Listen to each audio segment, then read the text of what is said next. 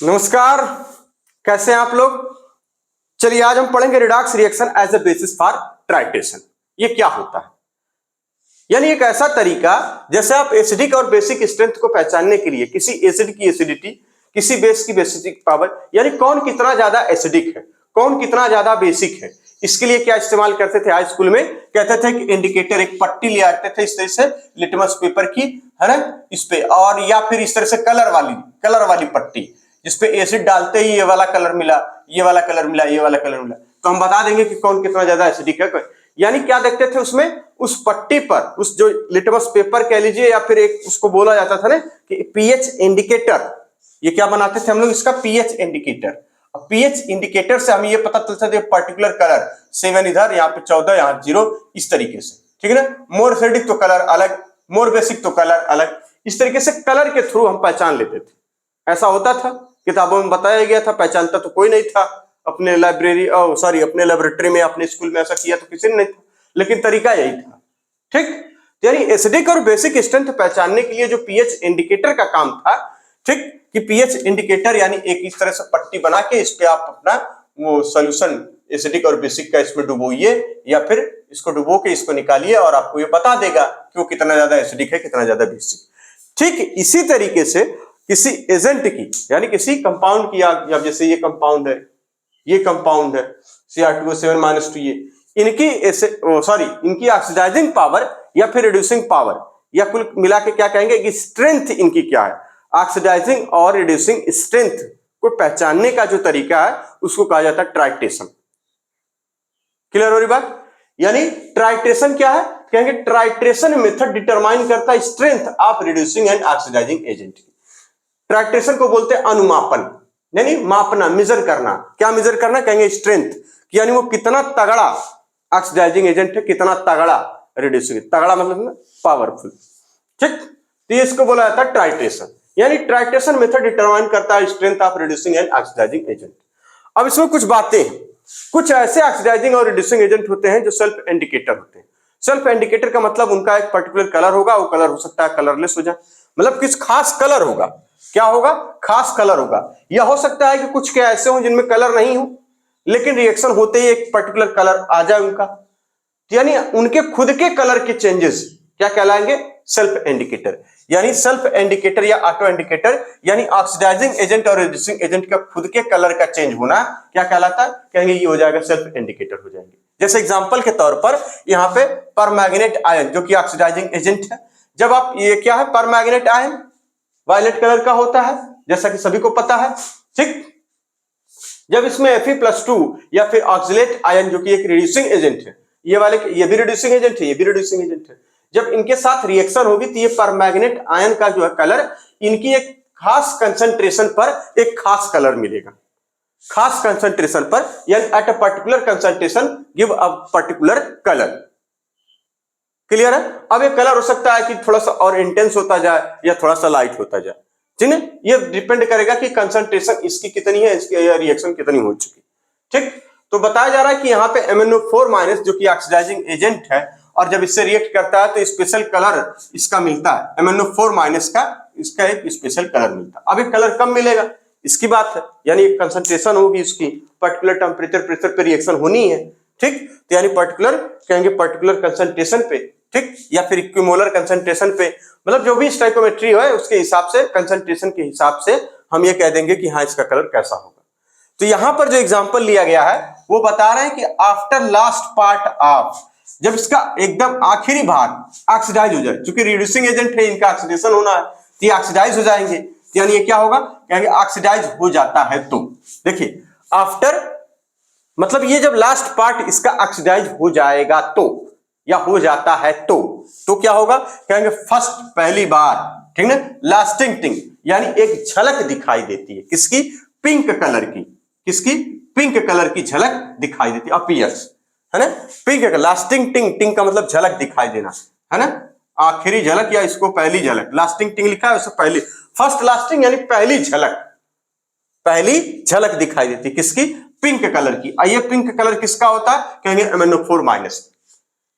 बात समझ आ रही, मतलब ये कि जब इससे ये रिएक्शन होगा, जब इसका आखिरी भाग, ठीक ऑक्सीडाइज हो रहा है यानी हो चुका था। जैसे इसका आखिरी भाग, मान लीजिए इसका 10 पार्ट है, ठीक 10 पार्ट में से जब 10वां पार्ट ऑक्सीडाइज हो जाएगा तो पहली बार क्या दिखाई देगा, कहेंगे एक झलक दिखाई देगी पिंक कलर की।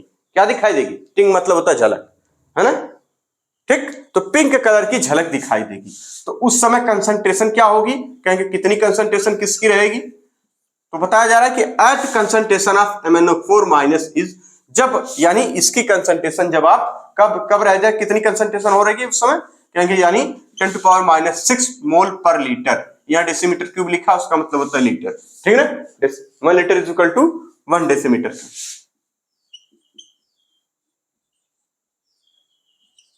ठीक, मोल पर लीटर या मोल पर डेसीमीटर क्यूब। क्लियर हो गया बात। चलिए इसको क्या कहा जाएगा, यानी पिंक कलर किसका, MnO4 का अपना, यानी इसका खुद का पिंक कलर मिलाती यानी सेल्फ इंडिकेटर। बस ये याद रखना, इससे ज्यादा कुछ नहीं पूछा जाएगा, ये जेईई मेंस में यही पूछा था और कुछ नहीं, ठीक। यानी after last part of Fe+2 या Cr2O केवल ये पूछा जाता है कि कौन से सेल्फ इंडिकेटर है, कौन से सेल्फ इंडिकेटर नहीं है। तो हम कह देंगे कि सेल्फ इंडिकेटर कौन सा, कहेंगे यहाँ पे ये सेल्फ इंडिकेटर की तरह काम करता है। ये होता भैया क्या, कहेंगे ये self indicator, MnO4 minus self indicator. जब ये ऑक्सीडाइज कर देगा इनको ऑक्सीडाइज करेगा, है ना, इनको ऑक्सीडाइज करेगा, खुद रिड्यूस होगा। जब इनका आखिरी भाग ऑक्सीडाइज हो जाएगा, है ना, आखिरी वाला एकदम लास्ट पार्ट कुछ बचा रहेगा, तो लास्ट वाला आखिरी वाला जब वो ऑक्सीडाइज हो रहा, रिएक्शन होगी, इनकी कंसंट्रेशन धीरे धीरे खत्म होती रहेगी। जब लास्ट पार्ट एकदम ऑक्सीडाइज हो जाएगा तब पहली बार हमें किसका कहेंगे, यानी जो ये इधर की तरफ बची कंसंट्रेशन होगी MnO4 लिखा है ना भाई, एक बार देख लें, हाँ MnO4 की, हाँ MnO4 माइनस कंसंट्रेशन एज, ठीक। तो फर्स्ट लास्टिंग टिंग ऑफ अपीयर एज एट, तो इसकी कंसंट्रेशन यानी जो इधर है यानी कैसी दिखाई देगी, यानी पिंक कलर की दिखाई देगी। क्लियर हो रहा, पिंक कलर दिखाई देगा सॉल्यूशन में। अब यहाँ पे कुछ ऐसे होते हैं जो नॉट सेल्फ इंडिकेटर, यानी उनका कलर खुद नहीं होता, लेकिन रिएक्शन पे ये क्या होगा, रिएक्शन के दौरान किसी दूसरे का कलर ये बदल देंगे, यह हो जाएगा क्या, कहेंगे यानी not self indicator, not self indicator. जैसे diphenyl amine not self indicator होता है, इसका अपना एक कलर नहीं है, लेकिन ये कलर कैसे बदलेगा, कहेंगे इट ऑक्सीडाइज इमीडिएटली, ये ऑक्सीडाइज हो जाता है इमीडिएटली। यानी जो नॉट सेल्फ इंडिकेटर होते हैं वो क्या करते हैं, इमीडिएटली तुरंत ऑक्सीडाइज होते हैं after the last bit of reactant is consume. जैसे ही आखिरी पार्ट यूज होगा, ठीक उसी तरीके से क्या होंगे, उसी दौरान ये पूरी तरह से ऑक्सीडाइज हो जाएंगे। जैसे एग्जांपल के तौर पर कह रहे हैं कि यहाँ पे Cr2O-2 ये भी ऑक्सीडाइजिंग एजेंट है, सभी को पता है ये ऑक्सीडाइजिंग एजेंट है। कह रहे हैं ये ऑक्सीडाइज करेगा किसको, है ना, oxidises the indicator substance. Indicator substance कौन सा, कहेंगे डाइफेनिल अमीन को ये क्या करेगा, ऑक्सीडाइज करेगा जस्ट आफ्टर इक्विवेलेंस मतलब, यानी इक्विवेलेंस का मतलब जब दोनों के इसके इक्विवेलेंट बिट, इसका इक्विवेलेंट बिट जब बराबर हो जाए तो कहेंगे इक्विवेलेंट। अपने सिलेबस में ये फिजिकल केमिस्ट्री में मिलेगा, एक बार आएगा वहां भी पढ़ लेंगे, ठीक है, घबराने की जरूरत नहीं। केवल एग्जांपल पूछा जाता है कि कौन सा नॉट सेल्फ इंडिकेटर है, डाइफेनिल किसके साथ रिएक्शन होती है, कहेंगे इसके साथ। क्या मिलता है, कहेंगे इंटेंस ब्लू कलर। क्या मिलता है, कहेंगे intense blue colour.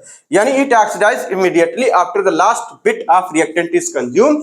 For example कहेंगे कि यहाँ पे देखिए dichromate ion Cr2O7-2 oxidises the indicator substance, जैसे कि diphenyl amine just after equivalence, ठीक पॉइंट, इक्विवेलेंस पॉइंट के ठीक बाद क्या देगा, प्रोड्यूस इंटेंस ब्लू कलर। याद रखिएगा कैसा क्या प्रोड्यूस करता है, इंटेंस ब्लू कलर मिलता है, ठीक, इंटेंस ब्लू कलर मिलता है, ठीक।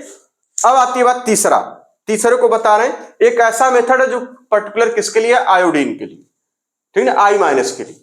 इसको नोट कर लीजिए अच्छे से। अब बस ये नाम याद रखना है कि आपको इससे ज्यादा कुछ पूछा ही नहीं गया अभी तक, कभी नहीं पूछा गया, केवल नाम याद रखना है कि सेल्फ इंडिकेटर कहेंगे MnO4, कहेंगे नॉट सेल्फ इंडिकेटर कहेंगे डाइफेनिल अमीन, जो कि Cr2O7-2 को ऑक्सीडाइज मतलब रिड्यूस करता है। ये वाला इसको ऑक्सीडाइज करता है, ये वाला इसको ऑक्सीडाइज करता है, कहेंगे ये सब क्या है, नॉट सेल्फ इंडिकेटर, ठीक। बस यही याद रखना। तो आगे अगला एग्जांपल लिखिए, अगली कहानी, इसको नोट कर लीजिए अच्छे से।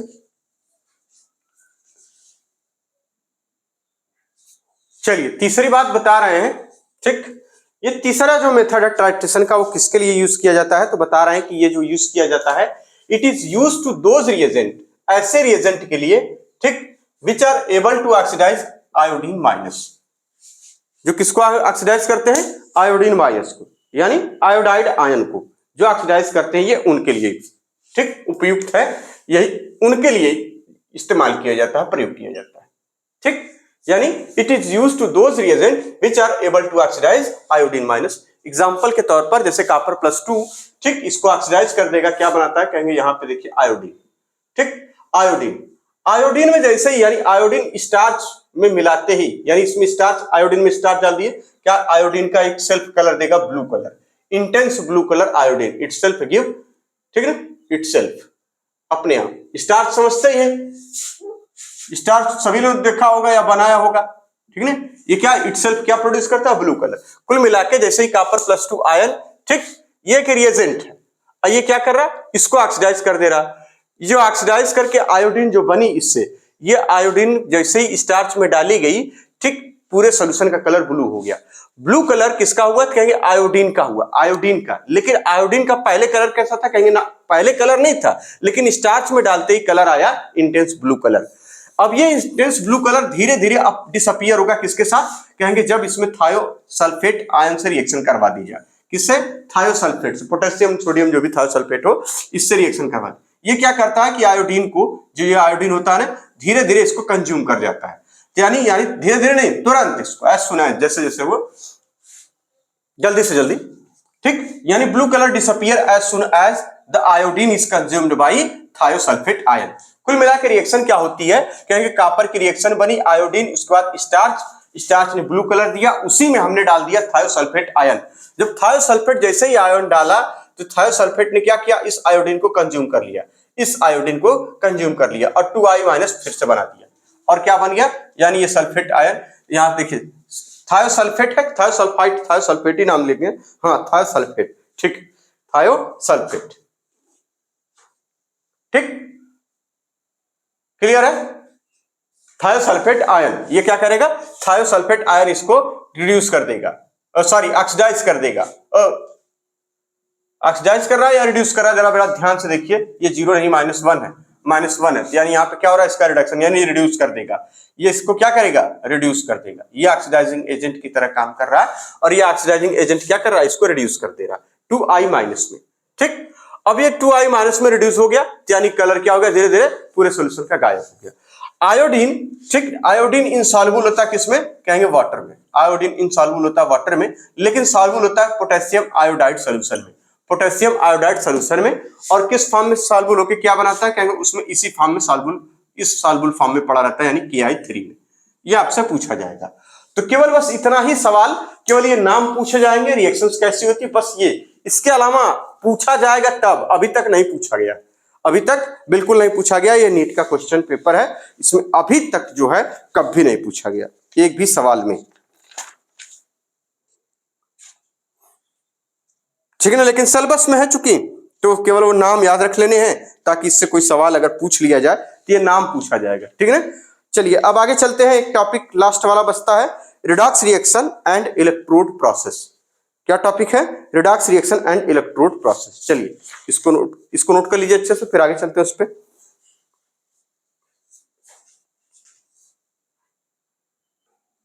चलिए, यानी redox reaction and electrode process, तो ये तो इलेक्ट्रोकेमिस्ट्री में डिटेल में पढ़ा जाएगा क्लास 12th में, लेकिन फिलहाल यहां पर कहा जा रहा है कि जब जिंक को, यानी जिंक रॉड को किसमें डिप कर दिया जाए? कहेंगे डिप इन, ठीक है, dipped in copper sulphate solution, copper sulphate solution में, तो क्या होगा? एक रिएक्शन होगी। कौन सी रिएक्शन होगी? सिंपल एक रिएक्शन होती है, कहा जाएगा इसमें जिंक, ये, और यहाँ पे जो ये कॉपर +2 है, इसकी रिएक्शन हुई, और क्या बन जाएगा? कहेंगे जिंक +2, और यहाँ पे कॉपर सॉलिड फॉर्म, ठीक। ये क्लियर है इतना? चलिए अब होगा कैसे ये सब? तो यहां से क्या हो रहा है? कह रहे हैं यहां पे बड़े ध्यान से इसको खैर कर लेंगे आप लोग, तो कर ही लेंगे इसको। इसमें कुछ है नहीं, इसमें ज्यादा दिमाग नहीं लगाना, जो समझने वाला इसके आगे आएगा। यहाँ से ये क्या हो रहा है तो आपको पता ही है कि ऑक्सीडेशन हो रहा है, यहाँ क्या हो रहा है, ये रिडक्शन हो रहा है। इसमें 2 इलेक्ट्रॉन लगा, इसमें 2 इलेक्ट्रॉन, ये 2 वगैरह ना लगाइए, ठीक लगेगा, 2 वगैरह से कोई मतलब नहीं, हटाइए इसको। यानी इस पे क्या हुआ, यहाँ से 2 इलेक्ट्रॉन क्या हुआ, लॉस हुआ, यहाँ 2 इलेक्ट्रॉन का लॉस हो रहा है, यहाँ पे क्या हो रहा है, 2 इलेक्ट्रॉन का गेन हो रहा है, ठीक। अब ये रिएक्शन ऐसे ही आसानी से हो जाएगी, इतना जितना सिंपल है। यानी इसके लिए क्या हुआ, इसके लिए यानी कॉपर की रॉड है, या सॉरी जिंक की रॉड है, उसको कॉपर सल्फेट सॉल्यूशन में डाला जा रहा है, यहां तो ये दिख रहा, ठीक।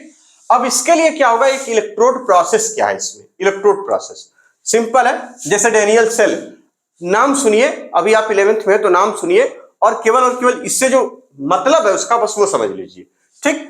होता क्या है कि हम एक बनाएंगे बीकर, इस बीकर में लगाएंगे एक रॉड, चलिए छोटा छोटा बना ले ताकि आप समझ जाएं, बस जो पढ़ने वाला है इसमें, एक रॉड, ठीक।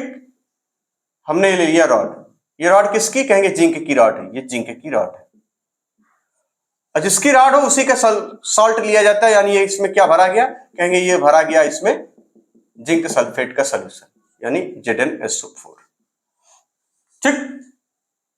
ठीक इसके बगल में एक और भी कर लेंगे, इसमें भी ये बना लेंगे, यहाँ पे कॉपर, ये हमने क्या बना लिया, यहाँ पे कॉपर की रॉड बना ली, और इसमें क्या भर देंगे, कहेंगे इसमें इसी का कोई एक सॉल्ट सोल्यूशन भर दिया है, यानी ये किसकी रॉड है, कहेंगे कॉपर रॉड है, और यहाँ पे क्या कहेंगे, यहाँ पे कॉपर सल्फेट सोल्यूशन। चलिए इसको इधर लिख देते हैं, इन दोनों को थोड़ा इधर लिख दे, क्योंकि अब इनके नीचे नहीं अक्षर दिखाई देगी, बस जिंक सल्फेट सोल्यूशन, इसमें इसका ये कॉपर सल्फेट सोल्यूशन, ठीक।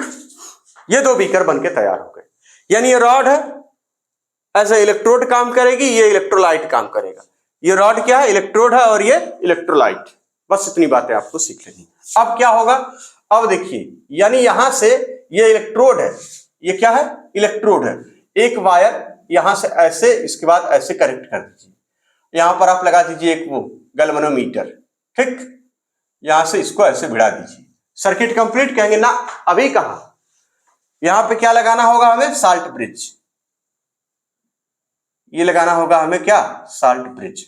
अब सर्किट कंप्लीट, कहेंगे हाँ अब कंप्लीट, इसका क्या नाम है, कहेंगे साल्ट ब्रिज नाम।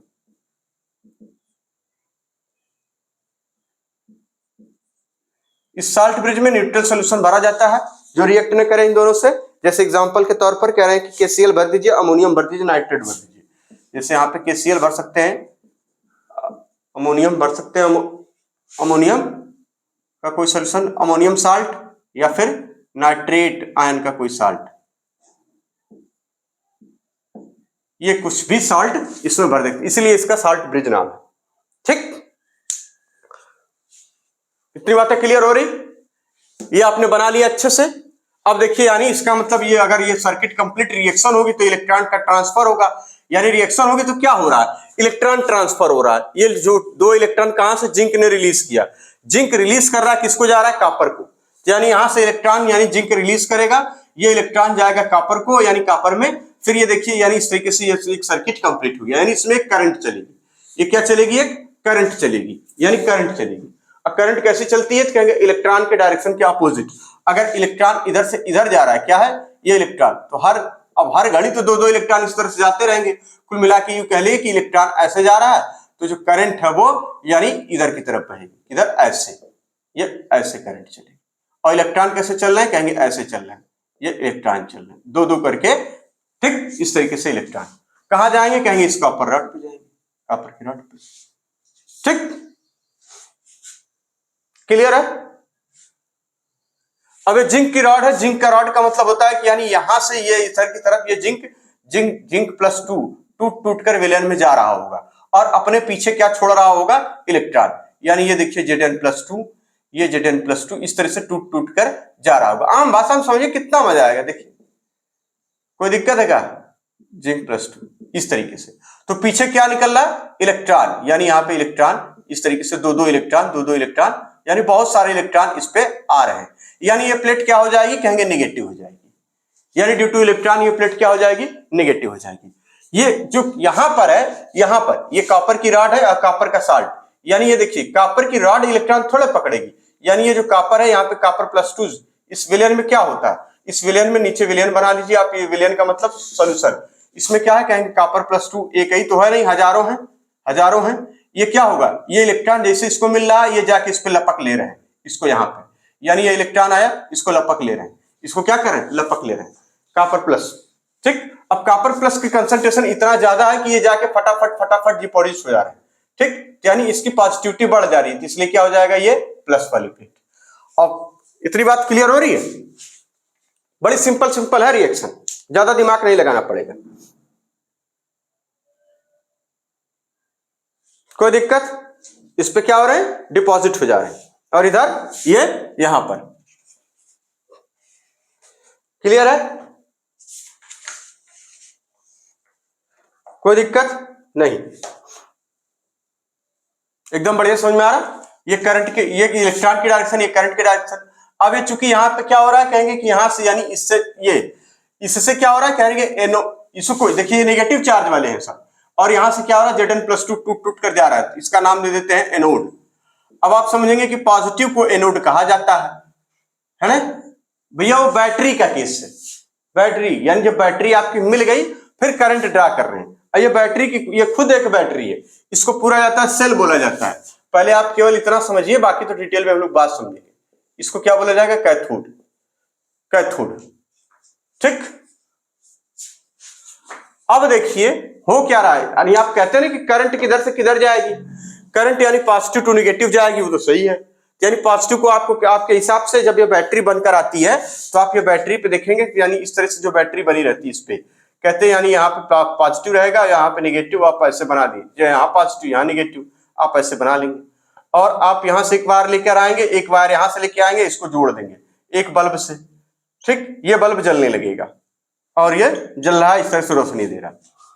अब आप ये कहेंगे कि यहाँ पर क्या है, कहेंगे इसको हम एनोड बोलेंगे, इसको आप क्या कहते हैं कि कहेंगे इसको एनोड बोलेंगे, कैथोड बोलेंगे।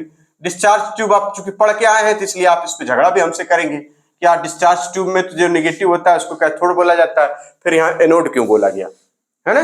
ये डिस्चार्ज ट्यूब नहीं है, एक सेल है, एक सेल है, ये हाफ सेल हो गया, ये हाफ सेल हो गया, और दोनों को मिला दिया तो एक कंप्लीट सेल हो गया।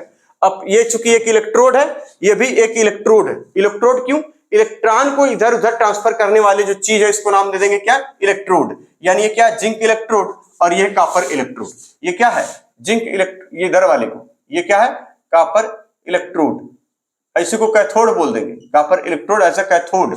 ठीक, और यहाँ पे क्या जिंक का इलेक्ट्रोड है, ये दोनों इलेक्ट्रोड है, ये दोनों इलेक्ट्रोड है, ये नेगेटिवली चार्ज वो पॉजिटिवली चार्ज, इसको यहाँ पे एनोड बोला जाएगा, यहाँ पे कैथोड बोला जाएगा। लेकिन यहाँ पर दूसरा होता है, यहाँ करंट ड्रॉन है, यहाँ करंट बनाई जा रही है। ठीक है, हो क्या रहा है यहाँ पे डिटेल में बाद में समझेंगे। इलेक्ट्रोकेमिस्ट्री में खूब एकदम कई बार 50 बार यही फिगर बनेगा इलेक्ट्रोकेमिस्ट्री में, केवल आप नाम याद रखिए कि इसमें जिंक की रॉड पड़ी थी, इसमें जिंक का सल्फेट सॉल्यूशन था, इसमें कॉपर की रॉड थी, इसमें कॉपर सल्फेट का सॉल्यूशन था। सॉल्ट ब्रिज जो कि ये क्या करता है न्यूट्रलाइज करता है सॉल्यूशन को, और यहाँ पे क्या होता है कहेंगे यानी पूरा न्यूट्रलाइज करता है सॉल्यूशन को और कंप्लीट करता है सर्किट को, सर्किट कंप्लीट होता है। इसमें KCl NH4 अमोनियम सॉल्ट भरा सकता है, नाइट्रेट का सॉल्ट रख सकता है। इस सॉल्ट की वजह से क्या होता है यानी पूरा कंप्लीट सर्किट होता है और न्यूट्रलाइज यानी मीडियम पूरा न्यूट्रलाइज रहेगा। होगा क्या यहाँ पे जिंक, जिंक की कैपेसिटी है कि जिंक लॉस करता है इलेक्ट्रॉन, जिंक की टेंडेंसी है कि इलेक्ट्रॉन को लॉस करता है यानी निकालता है, लूज करता है। 2 इलेक्ट्रॉन हर बार दो हजारों जिंक की रॉड है तो एक ही तो होगा नहीं, जिंक करोड़ों होंगे, यानी करोड़ों इलेक्ट्रॉन यहां से निकल रहे हैं, ये करोड़ों इलेक्ट्रॉन इधर जाएंगे, जाहिर सी बात इधर इकट्ठा हो रहे हैं तो ठेल के उधर ही भेजा जाएगा। और जब उधर जाएंगे तो कॉपर क्या है, कॉपर की टेंडेंसी कॉपर +2, यहां से +2 जो इसमें सोल्यूशन है इसमें +2 वाले हैं, इन लपक लेंगे। तो अपना लपक लेने का मतलब है कि ये खुद इस पे, यानी इस यहां क्या हो रहा है कहेंगे कॉपर का डिपोजिशन होता है, यहां क्या होता है जिंक का लिबरेशन। बात को समझिए, यहां क्या है यानी लिबरेशन ऑफ जिंक, ये जिंक का लिबरेशन, यहां जिंक का लिबरेशन होता है और यहां कॉपर का डिपोजिशन। ठीक है, कॉपर का डिपोजिशन, कॉपर यहां जमा होता है, यहां क्या हो रहा है कह रहे कॉपर का deposition, deposition of copper, deposition of copper. ठीक, क्लियर है। अब आप देखेंगे कि यहां हो क्या रहा इस वाले प्रोसेस में, इतनी बातें समझ में आ गई ये पूरा। मतलब एक बीकर ये, इसमें एक रॉड है, इसका एक सॉल्ट है, सोल्यूशन है, एक बीकर ये, इसका एक रॉड, यहाँ पे जिसका रॉड जिसका सोल्यूशन, उसी का सॉल्ट, यानी जिसकी रॉड उसी का सॉल्ट, जिसकी रॉड उसी का सॉल्ट, अलग अलग नहीं भरना है, ठीक है। अब यहां हो क्या रहा है इस वाले प्रोसेस में, कह रहे हैं ये जो जिंक है, ये जिंक 2 इलेक्ट्रॉन का लॉस कर रहा है। अब क्या बना रहे हैं यहाँ पे Zn+2 और यहाँ 2 इलेक्ट्रॉन दे रहा है, जबकि यहाँ क्या हो रहा है, कह रही है जो कॉपर +2 सोल्यूशन में है वो इस 2 इलेक्ट्रॉन को लपक ले रहा है और यहाँ पे मुझे कॉपर की रॉड मोटी होती जाएगी। जाहिर सी बात है कॉपर का डिपोजिशन होगा, यहाँ ये क्या बन जा रहा है कॉपर, ठीक, ये क्या बन जा रहा है कॉपर, इस तरीके कॉपर सॉलिड। यहाँ क्या है, कहेंगे सॉलिड से ये एक्वस फॉर्म में, और ये एक्वस फॉर्म से कहां जा रहा है, एक्वस मतलब वाटरिंग सोल्यूशन, यानी सोल्यूशन है, ठीक है, लिक्विड वाटर सोल्यूशन, तो ये जगह है यहाँ पे कॉपर बन जा रहा है। यहां क्या हो रहा है, कहने ये देखिए ये वाली जो प्रोसेस है, यानी ये वाली, यानी ये एनोड पे क्या हो रहा है, कह रहे एनोड पे हो रहा भैया क्या, कहेंगे ऑक्सीडेशन, यानी ये प्रोसेस क्या है, कहेंगे ये है ऑक्सीडेशन। यहां पे क्या हो रहा है ऑक्सीडेशन। जब आप यहां गौर से देखिए तो यहां क्या हो रहा है, कहेंगे रिडक्शन, यानी कैथोड पे क्या होता है रिडक्शन, कैथोड पे क्या रिडक्शन, एनोड पे क्या कहेंगे ऑक्सीडेशन, एनोड पे ऑक्सीडेशन, कैथोड पे रिडक्शन, एनोड पे ऑक्सीडेशन, कैथोड पे reduction, anode negatively charge, cathode positively charge, यहां के केस में है ना। आप इलेक्ट्रिसिटी में मत चले जाइएगा कि इलेक्ट्रिसिटी में तो पॉजिटिव होता था, पॉजिटिव से करंट निकलती है और निगेटिव एंटर कर जाती है, इसको एनोड बोलते हैं, इसको कैथोड, वो दूसरी चीज। यहां क्या करंट बनाई जा रही है, अभी करंट कहीं भेजी नहीं जा रही है, ठीक है, करंट क्या है सिर्फ बनाना है, ठीक, समझ गए आप,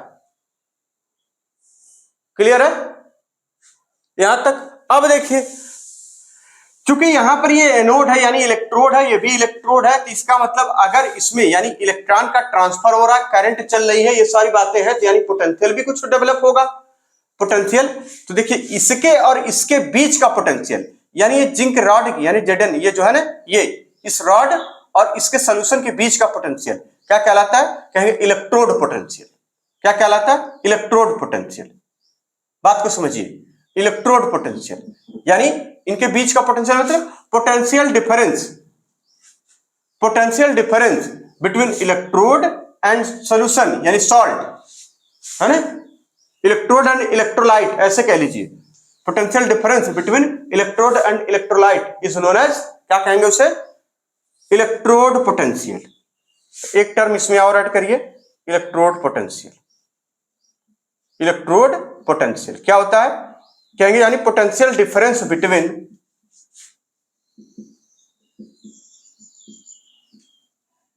electrode and electrolyte, electrode and electrolyte, यानी इसका इलेक्ट्रोड पोटेंशियल आएगा अपना, इसका खुद अपना आएगा, क्योंकि इसका इलेक्ट्रोड, ये इलेक्ट्रोड, इसका इलेक्ट्रोलाइट, इसको लिख लीजिए ये है इलेक्ट्रोलाइट,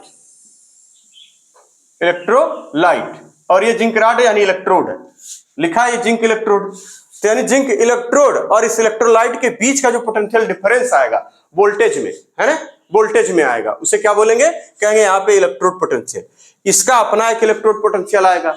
अब इस दोनों इलेक्ट्रोडों के बीच का जो इलेक्ट्रोड पोटेंशियल डिफरेंस आएगा, इस इलेक्ट्रोड का और इस इलेक्ट्रोड के बीच का जो इलेक्ट्रोड पोटेंशियल आएगा, ठीक, यानी पोटेंशियल डिफरेंस आएगा, यानी ये रॉड है, ये रॉड है, एक ये हाफ सेल, एक ये हाफ सेल, इसका और इसका, है ना, इसके और इसके बीच का जो विभवांतर जो पोटेंशियल डिफरेंस होगा उसे क्या बोलेंगे, सेल पोटेंशियल। क्या बोलेंगे, सेल पोटेंशियल। तो एक नाम आएगा, ठीक। अब एक आता है स्टैंडर्ड इलेक्ट्रोड पोटेंशियल, एक टर्म आता है स्टैंडर्ड इलेक्ट्रोड पोटेंशियल। क्या नाम आएगा, स्टैंडर्ड, पहले इसको लिख लीजिए फिर लिखिएगा, स्टैंडर्ड इलेक्ट्रोड पोटेंशियल। अब ये क्या होता है, स्टैंडर्ड का मीनिंग क्या होता है, यानी एट अ पर्टिकुलर वही नॉर्मल टेम्परेचर और प्रेशर पे एनटीपी पर जब इसकी सभी की कंसंट्रेशन क्या हो, यूनिटी हो, यानी यही चीज electrode potential at unity concentration, unit concentration, तो उसको बोलेंगे स्टैंडर्ड इलेक्ट्रोड पोटेंशियल। क्या बोलेंगे उसको,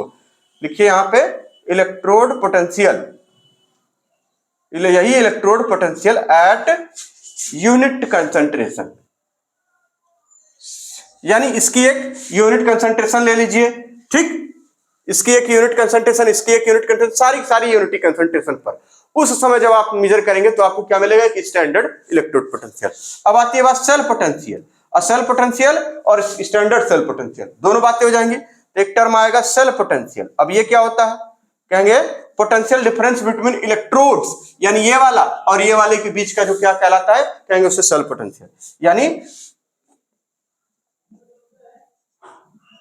पोटेंशियल डिफरेंस बिटवीन इलेक्ट्रोड्स या हाफ सेल्स, इस सेल और इस हाफ सेल के बीच का पोटेंशियल डिफरेंस इलेक्ट्रोड्स, ठीक, potential difference between electrode. Standard cell potential, इसको ई से डिनोट किया जाएगा। इसको किससे, ई से, ई सेल लिखा जाएगा। क्या लिखा जाएगा, ई सेल, ई सेल लिखा जाएगा। क्या लिखा जाएगा, ई सेल। अब एक टर्म लिखिए स्टैंडर्ड। स्टैंडर्ड का मतलब वही सेल पोटेंशियल है ना, या potential difference between electrode eight unity concentration. तो उसको कैसे, स्टैंडर्ड वाले को ई नॉट से, यानी स्टैंडर्ड सेल पोटेंशियल, स्टैंडर्ड, इसको ई नॉट से डिनोट किया जाएगा। याद रखिए, हम यहीं इधर से हम डिनोट कर ले रहे हैं, इसको ई से, इसको ई सेल कहा जाएगा और इसको क्या कहा जाएगा, ई नॉट सेल। ई नॉट का मतलब ऊपर एक वो लगा देंगे, उसमें ही भर देंगे, कहेंगे ये स्टैंडर्ड है, यानी यूनिटी कंसंट्रेशन पे ये अंतर है। इस पे ई लगा रहेगा, इस पे ई नहीं लगा रहेगा। गोला गोला के अंदर पाई, स्टैंडर्ड का मतलब आप समझ गए, स्टैंडर्ड सेल पोटेंशियल एक ये, ठीक, एट कंसंट्रेशन यूनिटी। इतनी बातें क्लियर हो गई, ठीक। अब स्टैंड, यानी अब इसका मतलब ये सब सारी चीजें कैसे मेजर करी जाएंगी, ये सारी चीजें कैसे मेजर करी जाएंगी। तो हाई लगा है ना गैल्वेनोमीटर, जैसे ये रिएक्शन होना शुरू हुई तो ये गैल्वेनोमीटर पढ़ देगा तुरंत। अभी पढ़ेगा तो क्या पढ़ेगा, सेल पोटेंशियल पढ़ेगा, और जब कंसंट्रेशन यूनिटी रखेंगे तो क्या पढ़ेगा, स्टैंडर्ड इलेक्ट्रोड पोटेंशियल पढ़ेगा, ठीक है। ये इसका काम है पढ़ना। पढ़ना का मतलब इसमें रीडिंग मिलेगी, यानी ये सुई जो लगी है, या तो देखिए ये सुई कैसे लगी रहती है गैल्वेनोमीटर में, ऐसे लगी रहती है, ऐसे गैल्वेनोमीटर हवा होता है ना, उसमें ऐसे ही सुई लगी रहती है। यहाँ लगा रखा रहेगा 0, यहाँ 1, तो इधर की तरफ हम पॉजिटिव मानेंगे, इधर की तरफ नेगेटिव मान लेते हैं। ये ऐसे 1 2 3 है ना, इसमें बहुत महीन महीन खाना बना रहता है। इस खनमा को ऐसे दिखाएंगे, ये ऐसे, यहाँ पे इसुइया है और इसुइया 0 यहाँ लिखा रहेगा, ठीक है। यहाँ पे एकदम ऐसे ऐसे ऐसे ऐसे खाना बना रहेगा, एक बड़का खाना, फिर एक छोटका, फिर उससे बड़का, फिर से ऐसे बना रहेगा, ऐसे। इसका मतलब समझते हैं, इसका मतलब समझते हैं, सुइया घूमेगी, सुइया घूम के अगर यहाँ चली गई इधर की तरफ, कहेंगे इतना बोल्ट, यानी ये सेल कितना बोल्ट का, इतना बोल्ट का बन गया, तो इतना बोल्ट का। फिर सुइया इधर घुमाई, है कुछ बदला गया, यानी यहाँ पे निकल की रॉड ले ली गई, एल्युमिनियम की, कॉपर की, किसी की भी रॉड बदलिए, उसका सोल्यूशन बदलिए, फटाफट आपको इस सुइया बताएगी। इस सुइया कहेगी कि हम इधर आ गए, यानी पॉजिटिव पोटेंशियल, इधर आ गए नेगेटिव पोटेंशियल है ना। यानी इस तरह से क्या पढ़ेगा, ये वोल्टेज पढ़ देगा। जैसे इसके लिए क्या पढ़ते हैं, तो इसके लिए सुइया पढ़ती है 1.1 वोल्ट है ना, प्लस का, यानी इस पूरे सेल के लिए क्या पढ़ती है, प्लस का 1.1 वोल्ट, ठीक। ये अब आपको किसी, अगर मान लीजिए जिंक का है, खाली जिंक, खाली ये वाली रॉड आपने ले ली, तो इसका मेजर करना है कि यानी इसका इलेक्ट्रोड पोटेंशियल कितना होगा। तो इसके रिस्पेक्ट में एक हाइड्रोजन का पोटेंशियल लेते हैं, किसका, प्लेटिनम ब्लैक कोटिंग की हुई हाइड्रोजन की, मतलब एक ग्लास ट्यूब लेते हैं, उसमें प्लेटिनम होता है, प्लेटिनम, और उसमें क्या भर दी जाती है, हाइड्रोजन गैस डालते रहते हैं, और वो हाइड्रोजन इलेक्ट्रोड बन जाता है। और उसका जो स्टैंडर्ड पोटेंशियल होता है वो 0 होता है। क्या होता है, 0। उसका सेल पोटेंशियल यानी स्टैंडर्ड सेल पोटेंशियल वो हमेशा 0 रहता है। तो उसके रिस्पेक्ट में इसका निकालेंगे तो एक वैल्यू आ जाती है, फिर इसी हाइड्रोजन के रिस्पेक्ट में इसका निकालते हैं तो एक वैल्यू आती है ना, 0.34 और यहाँ पे 0.72, इस तरीके से। तो ये क्या होता है, यानी इलेक्ट्रोड पोटेंशियल का मेजरमेंट करना। तो इलेक्ट्रोकेमिस्ट्री में हम लोग डिटेल में पढ़ेंगे।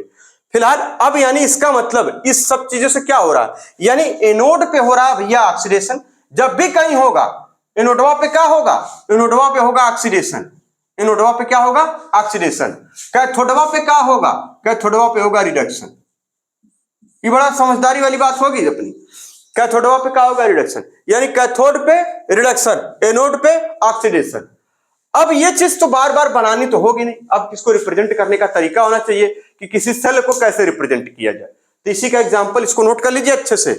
आज इतना बोले हैं 2 बार सुनिएगा, एक बार पहले पॉज करके यहां तक, जहां तक हम बोले अब नोट कर लीजिए, यहां तक सुनिए, फिर से सुनिए इस प्रोसेस को 2 से 3 बार सुनिए, और सुन के बस इसको खाली समझ लेना है। इस वाले चैप्टर में बस इतना ही है। अब आप सेल पोटेंशियल के हिसाब से देखिए, वो E0 की वैल्यू निकाल के हर एलिमेंट हर बदलते जाइए सल्फेट सोल्यूशन और इलेक्ट्रोड बदलते जाइए और आपको सभी का क्या मिल जाएगा, सेल पोटेंशियल। तो सेल पोटेंशियल के अकॉर्डिंग पेज नंबर 279 पर एक बन गई इलेक्ट्रोकेमिकल सीरीज।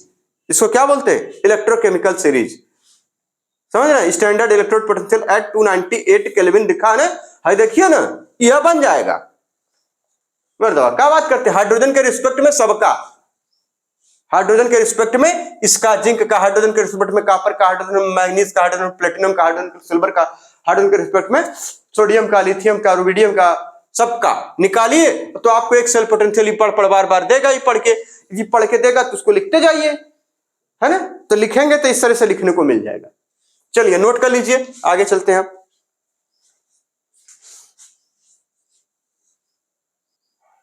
चलिए अगली कहानी कि हमारे किसी सेल को अगर रिप्रेजेंट करना है, ठीक है, किसी सेल को रिप्रेजेंट करना है या फिर किसी, तो कैसे रिप्रेजेंट करेंगे सेल का रिप्रेजेंटेशन। सेल का मतलब इसको एक साथ लिख के बता देना, ठीक है ना। तो कैसे करते हैं इसको, तो यानी यहां पे, तो इसके लिए देखिए तरीका क्या है सेल रिप्रेजेंटेशन का। तो यहां लिख दीजिए रिप्रेजेंटेशन ऑफ सेल।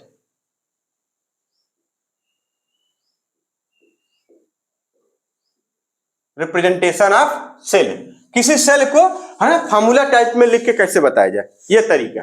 तो इसके लिए लिखिए आलू फिर CR स्क्वायर। क्या लिखेंगे, आलू फिर CR स्क्वायर।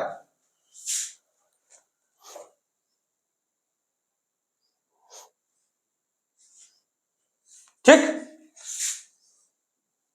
ये गैल्वेनिक सेल, वोल्टिक सेल, यही सब हमारी आलू, फिर ये डबल लाइन, फिर लिखिए CR स्क्वायर।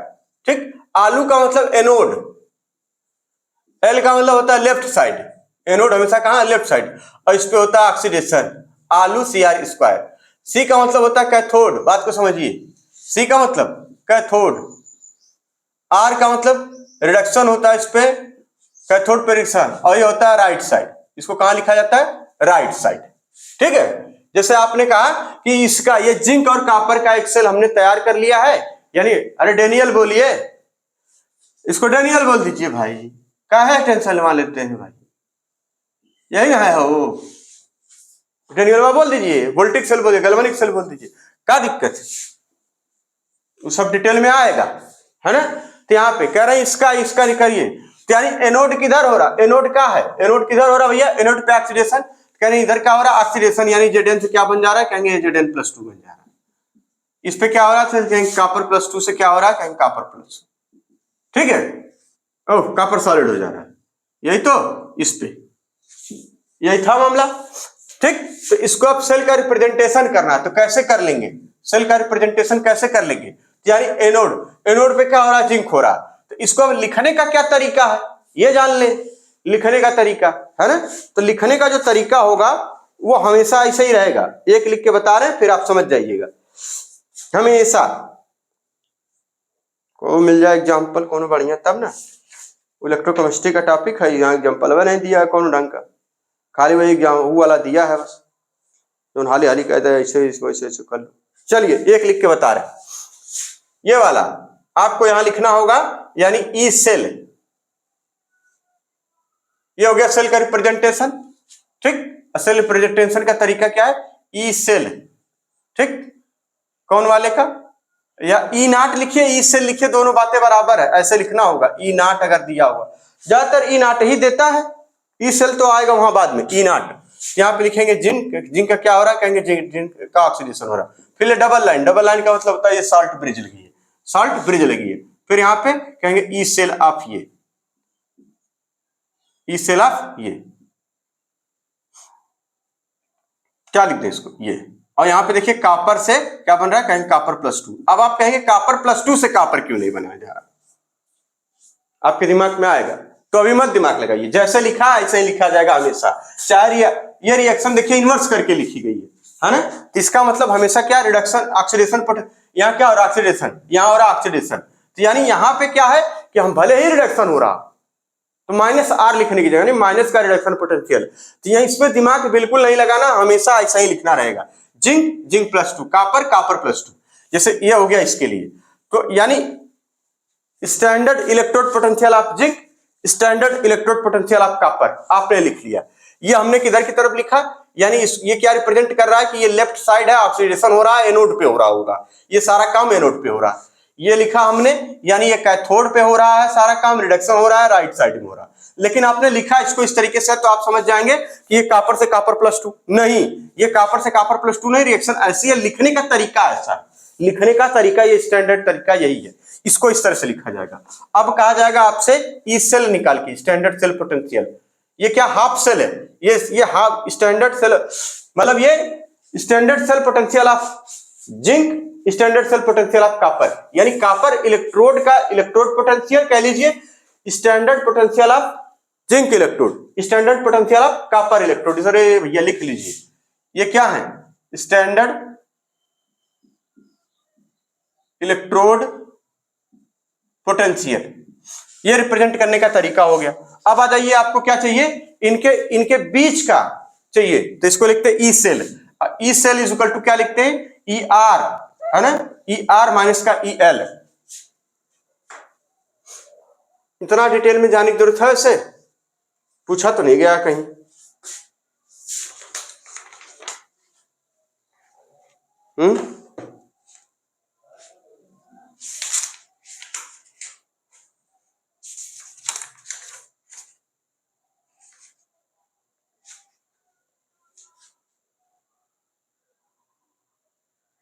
इतना नहीं पूछा, खाली वही पूछा स्टैंडर्ड वो, हाँ, इसको छोड़ दीजिए बस, इसको छोड़ दीजिए, बाद में पढ़ा जाएगा, इसको कहाँ यही भरा जाए फालतू में, समझ रहे हैं, इसको यहां भरने से कोई मतलब नहीं है, रफ कॉपी इलेक्ट्रोकेमिस्ट्री में पढ़ा जाएगा, इतना कहीं पूछा ही नहीं गया, ठीक है, फालतू में टाइम खराब करने से कोई फायदा नहीं।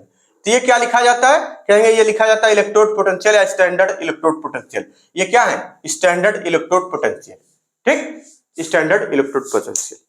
अब पूरी कहानी है, ये रिप्रेजेंटेशन ऑफ सेल हो गया, आलू CR स्क्वायर हो गया, इधर एनोड होता है, इधर यानी लेफ्ट साइड होता है, ऑक्सीडेशन होता है उस पे, कैथोड जो कि राइट साइड होता है और रिडक्शन होता है, ठीक, यानी ये हम पहचान लिए, इस तरीके से हमें लिखा मिलेगा। स्टैंडर्ड इलेक्ट्रोड पोटेंशियल आपको हमेशा गिवन रहेगा, या फिर हो सकता है कि कभी कभार पूछा जाए, तो पूछने वाला जो प्रोसेस है वहां पे नस्ट इक्वेशन आएगी, इक्विलिब्रियम कांस्टेंट आएगा, वहां पे गिब्स एनर्जी आएगी, बहुत सारी बातें आएंगी, तो वो हम लोग वहीं पढ़ेंगे 12th में, 12th का मतलब 12th बुक से, ठीक। चलिए, अब यहां पर क्या हो रहा है, ठीक, इस वाली प्रोसेस के लिए लिखिए, इस वाली प्रोसेस के लिए ये सारी बातें लिखने के बाद, ये सब कुछ छापने के बाद, जैसा है वैसे ही छापने के बाद लिखिए, due to transfer of electron through conducting wire a potential difference, जो उनकी भाषा उसको भी लिख लीजिए, ड्यू टू, बोल दे रहे हैं, लिख लीजिए, लिखिए due to transfer of electron through conducting wire, due to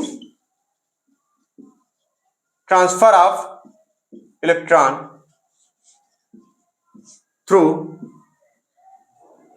conducting wire a potential difference between copper and zinc rod is developed, a potential difference between copper and zinc rod, या zinc पहले लिख दीजिए, copper बाद में लिख दीजिए, zinc and copper rod, ठीक, is developed,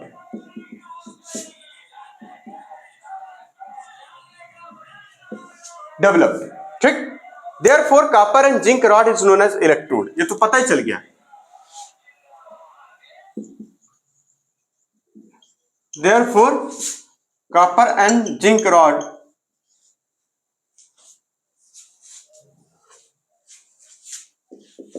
is known as electrode. अगली कहानी से हम बता रहे हैं, ठीक, electrode and their potential is called electrode potential,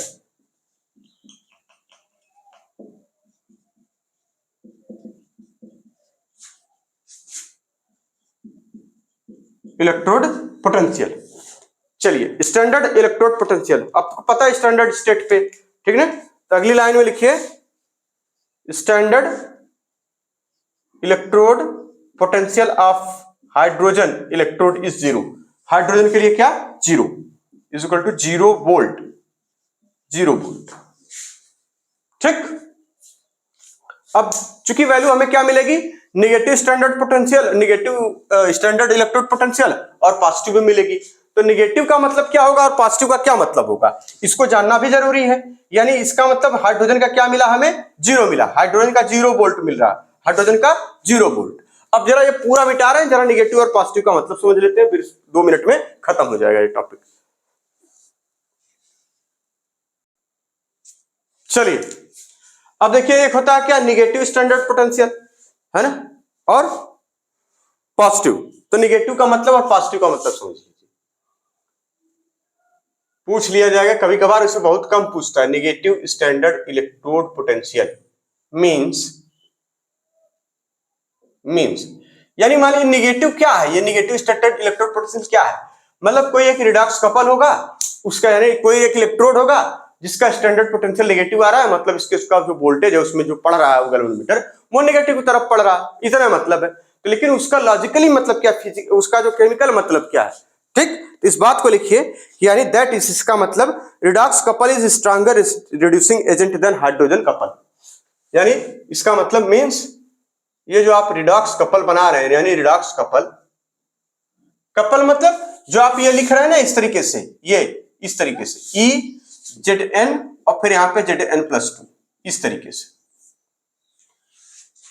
ठीक, ये किसके रिस्पेक्ट में, हाइड्रोजन के रिस्पेक्ट में, 2H+ हाइड्रोजन के रिस्पेक्ट में लिखते हैं, प्लेटिनम को लिखे, प्लेटिनम ब्लैक इलेक्ट्रोड को, ठीक है, ये इस तरीके से। तो यानी ये बन गया रिडॉक्स कपल। तो यानी negative standard electrode potential means, ठीक, redox couple is stronger reducing agent,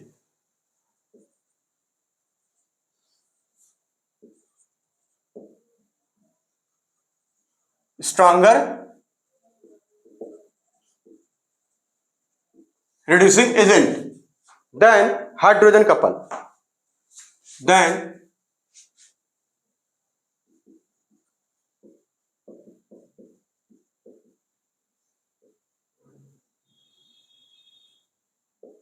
ठीक, हाइड्रोजन कपल। अगर पॉजिटिव लिखा हो तो इसका उल्टा कर देंगे, यानी स्ट्रॉन्गर ऑक्सीडाइजिंग एजेंट, बस याद रहेगा। अगर यहां क्या लिखा है, positive standard electrode potential means, इसका क्या मतलब है भाई, मतलब redox couple is stronger oxidising agent, लिख लीजिए इसको, नहीं वही वीकर, अच्छा ये रिड्यूसिंग एजेंट के मामले में लिखा है, वही इसी को लिख लीजिए और कोई दिक्कत नहीं है भैया।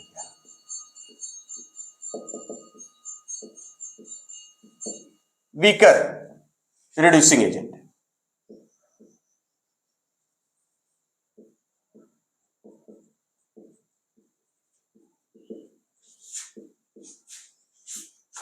Reducing agent than hydrogen couple, ठीक है, ये हमारा देन था वो हो गया भैया गलती से, है ना, देन हाइड्रोजन कपल, बस। चलिए अब अगली बात जो आपको समझने के लिए लिखनी है, सबसे इंपॉर्टेंट, इससे जितना पढ़ा है अब तक ये तो बेसिक जानकारी है, क्वेश्चन के लिए ये वाली लाइन जो लिखने जा रहे हैं वही पर्याप्त, क्वेश्चन सॉल्व करने के लिए इससे जो आएगा वही पर्याप्त, लिखिए। यानी आप समझ में आ गया कि स्टैंडर्ड इलेक्ट्रोड पोटेंशियल या standard cell potential, electrode potential कहिए, सेल पोटेंशियल अभी जरूरत नहीं पड़ेगी, इलेक्ट्रोड पोटेंशियल जो गिवन रहेगा या तो वो पॉजिटिव में या तो फिर नेगेटिव में, ठीक, वो वैल्यू तो आपको गिवन है। अब लिखिए नोट, और 2 नोट लिख लीजिए, काम खत्म। पहला नोट, जो स्टैंडर्ड पोटेंशियल इलेक्ट्रोड पोटेंशियल किसी भी सेल का हो, किसी भी आपको इलेक्ट्रोड बना दिया जाए, किसी भी चीज का दे दिया जाए, इस तरह से लिखिए, directly proportional to oxidising power, अभी इसके न्यूमेरिकल तुरंत लगाएंगे, ऑक्सीडाइजिंग पावर, ठीक, and inversely proportional to reducing power. इसका मतलब ये ऑक्सीडाइजिंग पावर का मतलब अपना क्या होगा, बहुत तेजी से क्या होगा, रिड्यूस होगा, तभी तो जो चीज रिड्यूस होती है उसे ऑक्सीडाइजिंग एजेंट कहते हैं, ऑक्सीडाइजिंग एजेंट हो जाएगा। यानी ये क्या ऑक्सीडाइजिंग एजेंट है और खुद क्या होगा, कहीं खुद रिड्यूस होगा, यानी सेल्फ रिड्यूस होगा। बात को समझ लीजिए, इसको ऑक्सीडाइजिंग एजेंट है और सेल्फ रिड्यूस होगा, क्योंकि बहुत सारे लोग इसी में कंफ्यूज जाते हैं, ये क्या चक्कर है, सेल्फ रिड्यूस होगा, अपना रिड्यूस होगा तो इसलिए ऑक्सीडाइज, अब उसका उल्टा इसके लिए हो गया, ठीक। Note number 2, standard electrode potential में बात को लिखिए note number second, in case of given standard electrode potential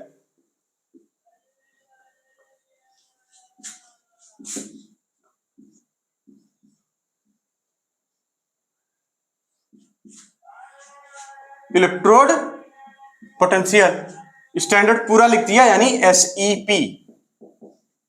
ठीक। इसमें जैसे लाइक ऐसे आपको दिया रहेगा ऐसे, ठीक, E नॉट क्या E नॉट यहां पे कह देगा M प्लस से क्या बन रहा है, M प्लस से Mn ने M बन रहा, ठीक। ये आपको गिवन है, इसकी कोई वैल्यू गिवन रहेगी, ठीक, इस तरीके से वैल्यू गिवन रहेगी। तो ये इधर वाला जो होता है, जो इस लाइन के इधर लिखा रहेगा वो होता है ऑक्सीडाइजिंग एजेंट। क्या होता है, ऑक्सीडाइजिंग एजेंट। देखिए यही सब बात ध्यान देने वाली है, बस और कुछ नहीं। बाकी जितना पढ़ा है उसका कोई खास मतलब नहीं है, वो क्वेश्चन के लिए नहीं था। ये बस 2 लाइन क्वेश्चन के लिए, इससे सारे क्वेश्चन हो जाएंगे। जो रिडक्स आपको ऑक्सीडाइजिंग एजेंट बताइए, रिड्यूसिंग एजेंट बताइए, ये बताइए, वो बताइए, ये सब हो जाएगा। क्या हो जाएगा यहाँ पे, ये हो जाता है। इधर वाले को लिखते हैं रिड्यूसिंग एजेंट, इधर वाले को क्या लिखते हैं, रिड्यूसिंग एजेंट। कभी भी दिया हो हमेशा, ठीक। चलिए एक क्वेश्चन देखते हैं, 1 2 3 क्वेश्चन ये करा दें, आप समझ जाएंगे। 3 क्वेश्चन ये करा दें, बाकी क्वेश्चन हम लोग, ठीक ना, अगले सेशन में कर लेंगे, अगले लेक्चर में। नोट करिए जरा।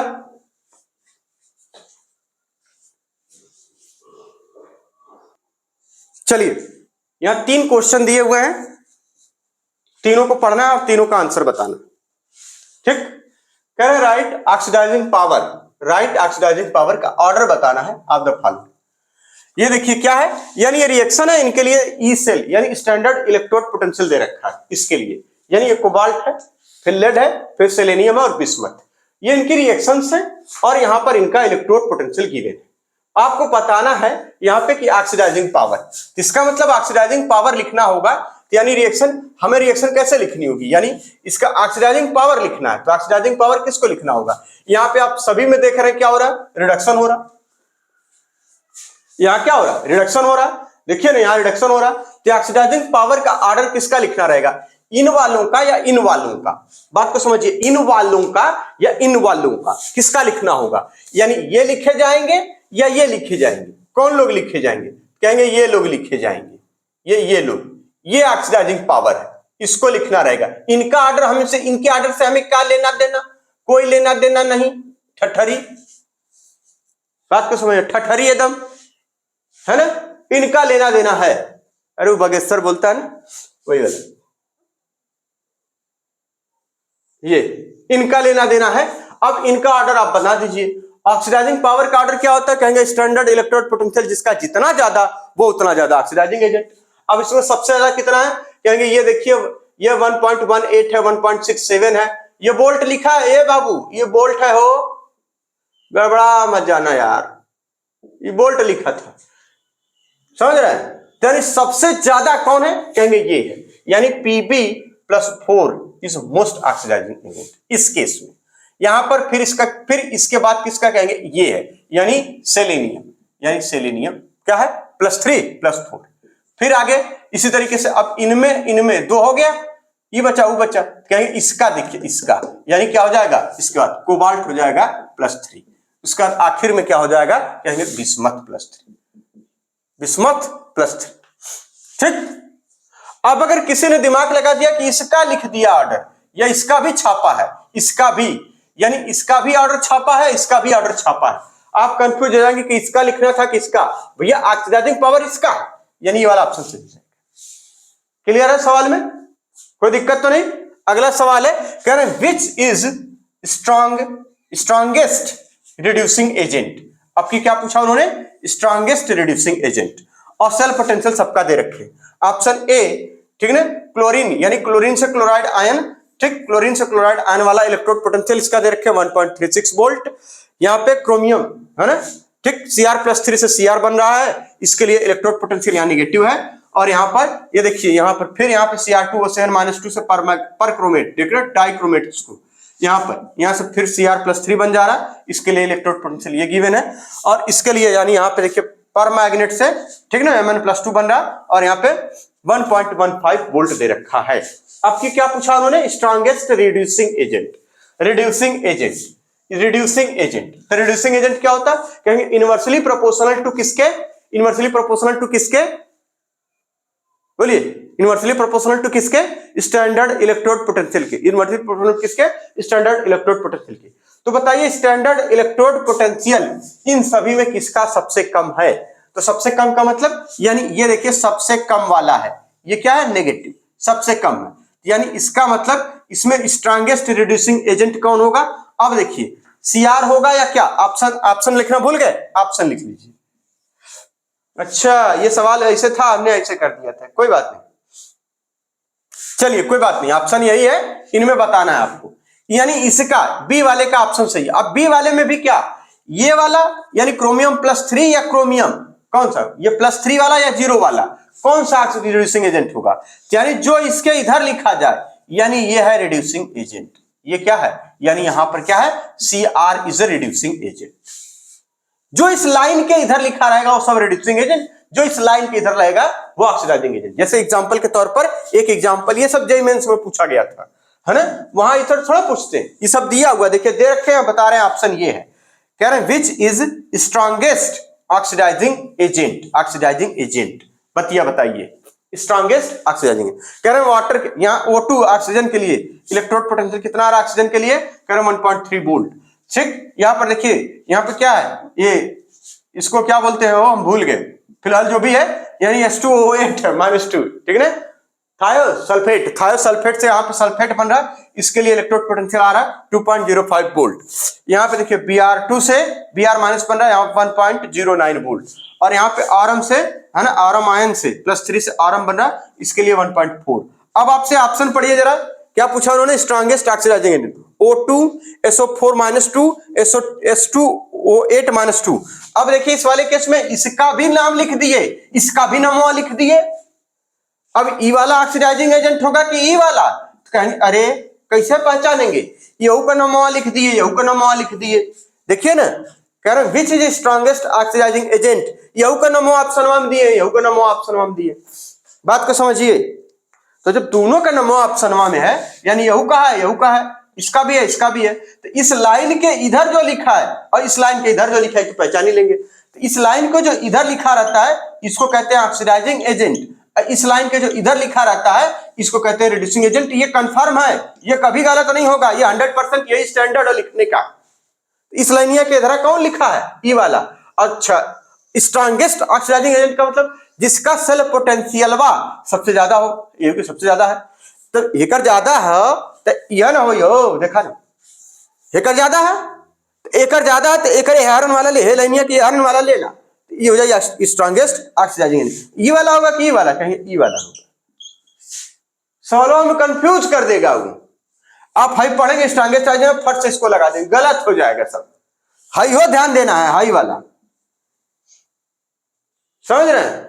चलिए अब नेक्स्ट हम लोग का क्या होगा, कहेंगे नेक्स्ट हम लोग का होगा भैया क्या भाई, अब ये चैप्टर खत्म हो चुका, अब हम लोग क्वेश्चंस लगाएंगे। क्या लगाएंगे? क्वेश्चंस।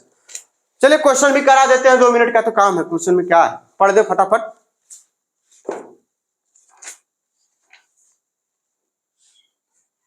कुछ क्वेश्चन एनसीईआरटी के हैं, है ना, उसको भी करना। चलिए तो हम नेक्स्ट लेक्चर में करा जाएगा, कुछ इसके क्वेश्चन कुछ उसके, और फिर आगे कुछ some important concept for inorganic reaction. इतना बड़ा हेडिंग डाल लीजिए, क्या डालिएगा हेडिंग?